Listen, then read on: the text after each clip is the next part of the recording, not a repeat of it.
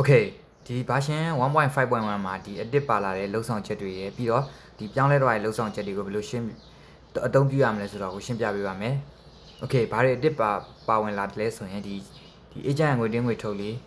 ပါဝင်လာတယ်ပြီးတော့ဒီရရန်ရှိတော့စရင်တွေပေးရန်ရှိတော့စရင်တွေဒီပါလာတဲ့ပေါ့နော်ပြီးရင်ကျွန်တော်ဒီမှားတွင်ခဲ့မိတယ်ဆိုရင်ကျွန်တော်ဒီမှတ်တမ်းတွေမှာကျွန်တော်မှားတွင်ခဲ့တဲ့မှတ်တမ်းတွေကိုဖျက်လို့ရမယ် Okay ပြီးတော့ကျွန်တော်ဒီdashboard လည်းအနည်းငယ်ပြောင်းလဲမှုဖြစ်သွားပြီပေါ့နော် Okay ဒါဆိုရင်ရရန်ရှိတော့စင်းများကိုဘယ်လိုထည့်ရမလဲဆိုတာကိုရှင်းပြပေးပါမယ် Okay ဒါကတော့ဒီငွေလွှဲပေါ့နော်ငွေလွှဲကိုနှိပ်လိုက်မယ် Okay account တစ်ခုရွေးလိုက်မယ် Okay ငွေလွှဲမယ်နှစ်သိန်းလွှဲလိုက်တယ်လို့ကြည့်လိုက်မယ် Okay ဒါဆိုရင်ငွေလွှဲရတော့ဟုတ်ပြီဒါပေမဲ့ငွေသားကတော့မရသေးဘူးအကျွေးဆိုရင်ဒါဆိုရင်ဒီငွေသားအကျွေးကိုဒါအမှန်ချစ်ပြီးတော့သုံးလို့ရတယ်ပေါ့နော်ဒါဘယ်လိုလဲဆိုတော့e-money တော့ယူသွားတယ်ဒါပေမဲ့ငွေသားတော့မပေးရသေးဘူးဆိုရင်ဒါငွေသားအကျွေးကိုနှိပ်ပြီးတော့အသုံးပြုလို့ရပါတယ်ဒါနှိပ်လိုက်မယ်ပြီးရင်ယူရဲလူပေါ့နော်ဒါကြော်ကယူသွားရဆိုလဲကြော်ပေါ့ဒါဒီလိုလေးမှတ်လိုက်မယ်ပြီးရင်ဒီလွှဲမျိုးနှိပ်လိုက်မယ်โอเคဟုတ်ပြီဒီငွေထုတ်မှလည်းဒီတိုင်းပဲပေါ့နော်ငွေထုတ်မှကြတော့ဘယ်လိုလဲဆိုတော့ဒီကောင်ကတော့ e-money အကျွေးပေါ့နော်သူကငွေသားယူသွားတယ်ဒါ e-money ကတော့လက်မရသေးဘူးပေါ့နော်ဒီ KPay ဖြစ်ဖြစ် WePay ဖြစ်ဖြစ်ဒါမရသေးဘူး e-money ကအကျွေးဆိုရင်ဒီကောင်လေးကိုအမှန်ချစ်ပြီးတော့သုံးလို့ရတယ်ပြီးရင်လက်ခံမျိုးနှိပ်လိုက်ပေါ့နော်โอเคဟုတ်ပါပြီဒါဆိုရင်ဘယ်လိုပြန်ကြည့်ရမလဲဆိုရင်ဒီရရန်ရှိတော့စင်းများကိုနှိပ်လိုက်မယ်โอเคဒီမှာကြည့်လို့ရတယ်ပေါ့နော်ဒါဆိုရင်စုစုပေါင်းနေရယ်ဥပမာဒီမှာဆိုရင်ဒီ e-money ပေးထားတယ်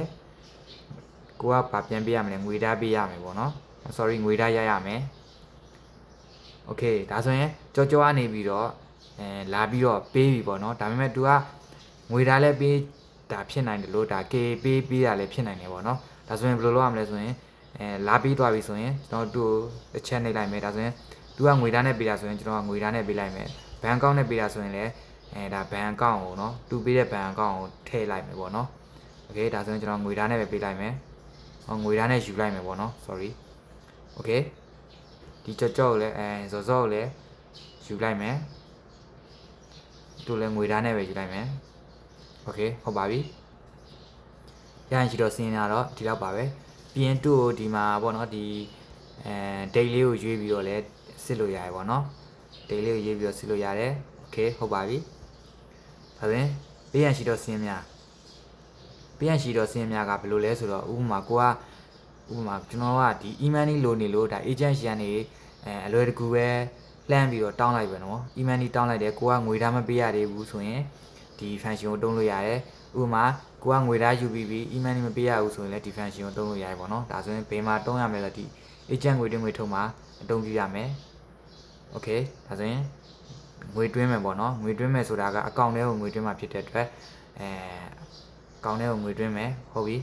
ဒီမှာတခုတော့ရှိရပေါ့နော်ဒီကောင်ကတော့ကျွန်တော်တို့ဒီတက်မှတ်ထားတဲ့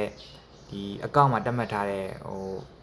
percentage တိုင်းသွားတာပေါ့နော်တကယ်၍ဒီ percentage ကမမှန်ဘူးဆိုရင်ကျွန်တော်ကဒီတီးတန်းဝန်ဆောင်မှုလေးကိုနှိပ်ပြီးတောင်းရမယ်ပေါ့နော်ဥပမာကျွန်တော်ကတသိန်းတွင်းလိုက်မယ်တသိန်းတွင်းမှာကိုတီးတန်းဝန်ဆောင်ကပေါ့နော်ဒီ1000မဟုတ်ဘူးဒါ1000တက်နည်းတာလည်းဖြစ်နိုင်တယ်များတာလည်းဖြစ်နိုင်တယ်ပေါ့နော်ဒါဆိုရင်ကျွန်တော်တီးတန်းဝန်ဆောင်ကကိုနှိပ်ပြီးတော့ဒါကိုရမယ့်ပမာဏပေါ့နော်ဥပမာ900ပဲရမှာဆို900ပဲယူမယ်ဒါမှမဟုတ်မရဘူးဆိုလည်းဒီအခမဲ့ဝန်ဆောင်ကောက်နှိပ်လိုက်ပေါ့နော်အခမဲ့ဝန်ဆောင်ကောက်နှိပ်ပြီးတုံးလို့ရတယ်ပြီးရင်ကိုကအကျွေးဆိုရင်လည်းဒီငွေသားအကျွေးပေါ့နော်အကျွေးမဟုတ်ဘူးဆိုရင်တစ်ခါတည်းငွေတွင်းမျိုးနှိပ်လိုက်လို့ရတယ်အကျွေးဆိုရင်လည်းဒီအကျွေးကိုငွေသားအကျွေးကိုအမှန်ချစ်ပြီးတော့တုံးလို့ရတယ်โอเคကျွန်တော်ကတော့ဒီပေးရန်ရှိတဲ့စင်းပြမှာဆိုတော့ကျွန်တော်အမှန်ချစ်လိုက်မယ်အမှန်ချစ်ပြီးတော့ဒီငွေတွင်းမျိုးနှိပ်လိုက်မယ်โอเคဒီငွေထုတ်ညီလဲအတိုင်းပဲပေါ့နော်ငွေထုတ်မှာဖြစ်တဲ့အတွက်ဒါငွေအကောင့်ထဲကထုတ်မှာပေါ့နော်ဒါဆိုရင်ငွေသားရရမယ်ဒါပေမဲ့ဒီမှာ e-money အကျွေးထားလို့ရတယ်ပေါ့နော်ဒီမှာ e-money အကျွေးထားလို့ရတယ်ဟုတ်ပါပြီဒါဆိုရင်ကျွန်တော်ကဒီပေးရန်ရှိတော့စင်းရင်းတွေကိုဒီမှာပေးရန်ရှိတော့စင်းရင်းများဆိုတာကိုနှိပ်ပြီးတော့ကြည့်လို့ရတယ်โอเคဒီမှာပေါ့နော်ဒါဆိုရင်ဒါ e-money ယူထားတယ်ငွေသားပေးရမယ်ဒီမှာဆိုရင်ငွေသားယူထားတယ်ဒါဆိုရင် e-money ပေးရမယ်ပေါ့နော် ဒါ email နေမပေးဘူးကိုကငွေသားပဲပြန်ပေးမယ်ဆိုလည်းကိစ္စမရှိဘူးဒီမှာရေးပြီးတော့ဒါစီးရင်ကိုရှင်းလိုက်လို့ရတယ်ပေါ့နော်ဟုတ်ပါပြီဒါကတော့ပေးရန်ရှိတဲ့စီးရင်တွေပေါ့နော်โอเคဒါဆိုရင်ကိုယ့်ရဲ့ agent ငွေတွင်းငွေထုတ်ကိုဘယ်လိုပြန်ပြီးတော့စစ်ရမလဲဆိုရင်ဒီကောင်လေးကိုတစ်ချက်ပြန်နှိပ်လိုက်မယ်ပြီးတော့ဒီအပေါ်မှာရှိတဲ့ဒီ history ပေါ့နော် history ပြန်ကြည့်ဒီ icon လေးကိုနှိပ်လိုက်မယ်โอเคဒါဆိုရင်ဒါမရှင်းရသေးတာတွေပေါ့နော်ဒီမှာလဲ date နဲ့ပြန်ရွေးကြည့်လို့ရတယ် date နဲ့ပြန်ခွေကျွန်တော်စင်းတစ်ခုလောက်ရှင်းလိုက်မယ်ပေါ့နော်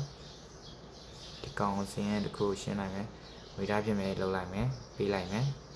โอเคဒါဆိုရင်ရှင်းပြီးတာပြပေးတယ်ဒါမရှင်းရသေးတာပေါ့နော်ဟုတ်ပါပြီ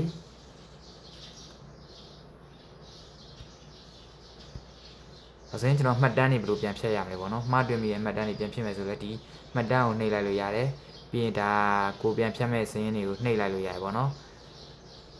ဒီအပေါင်းလေးကိုနှိပ်လိုက်လို့ရတယ်ပေါ့နော် sorry ဒီ icon လေးကိုနှိပ်လိုက်လို့ရတယ်နှိပ်ပြီးတော့ဖြတ်လို့ရတယ် okay ပြီးရင်ကျွန်တော် dashboard ပေါ့နော် dashboard ကတော့ဒါအရင်ကြီးတော့ပြောင်းလဲမှုတော့မရှိပါဘူးဒါဥမာဒါဆိုရင်နေ့စဉ်ကြည့်လို့ရမယ်ဒါဆိုရင်လလိုက်ကြည့်လို့ရမယ်ပြီးတော့ဒီ custom ပေါ့နော်ဒါကိုကြိုက်တဲ့ date showing ကိုရွေးပြီးတော့ကြည့်လို့ရမယ် okay ပေါ့နော်ဒါဆိုရင် date ဒါဆိုရင်ရက်ရွေးပြီးကြည့်လို့ရမယ်ပေါ့နော်ဒီမှာလစဉ်မှာဆိုရင်လည်းကျွန်တော်ကဒီလကိုရွေးပြီးတော့ကြည့်လို့ရမယ် okay ဒီကောင်လေးတွေလည်းနှိပ်ပြီးတော့ရွှေ့လို့ရပါတယ်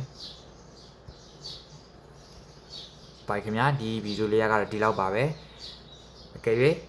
ဒါအတစ်ထည့်ခြင်းတဲ့ function တွေရှိရင်လည်းကျွန်တော်တို့တိုက်ရိုက်ဆက်သွယ်ပြီးတော့အကြံပြုနိုင်ပါတယ်ခင်ဗျာကျေးဇူးအများကြီးတင်ပါတယ်